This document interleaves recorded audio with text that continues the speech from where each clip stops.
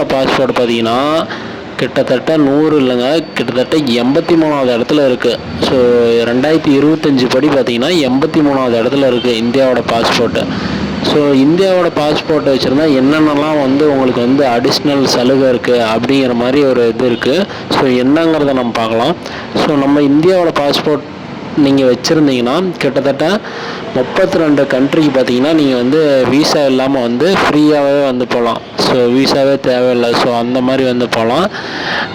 அதுதான் பார்த்தீங்கன்னா இந்தியாவோட பாஸ்போர்ட்டோட அதிகபட்ச ஒரு சலுகைன்னே சொல்லலாம். ஸோ ஒவ்வொரு நாட்டோட பாஸ்போர்ட்டுக்கும் ஒவ்வொரு சலுகை இருக்கும். ஸோ அதுபடி இந்தியாவுக்கு பார்த்தீங்கன்னா 32 நாட்டுக்கு வந்து வீசா இல்லாமல் நீங்கள் வந்து போகலாம்.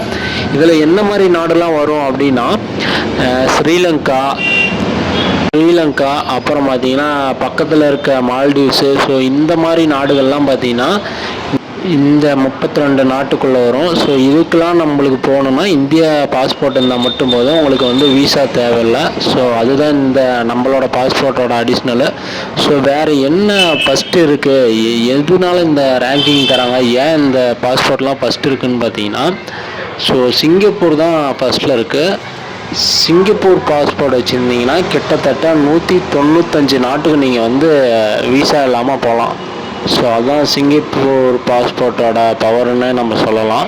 ஸோ 2வது பிளேஸில் இருக்கிறது பார்த்திங்கன்னா ஜப்பானு, 3வது பிளேஸில் சவுத் கொரியா. ஸோ இதெல்லாம் இருக்குது.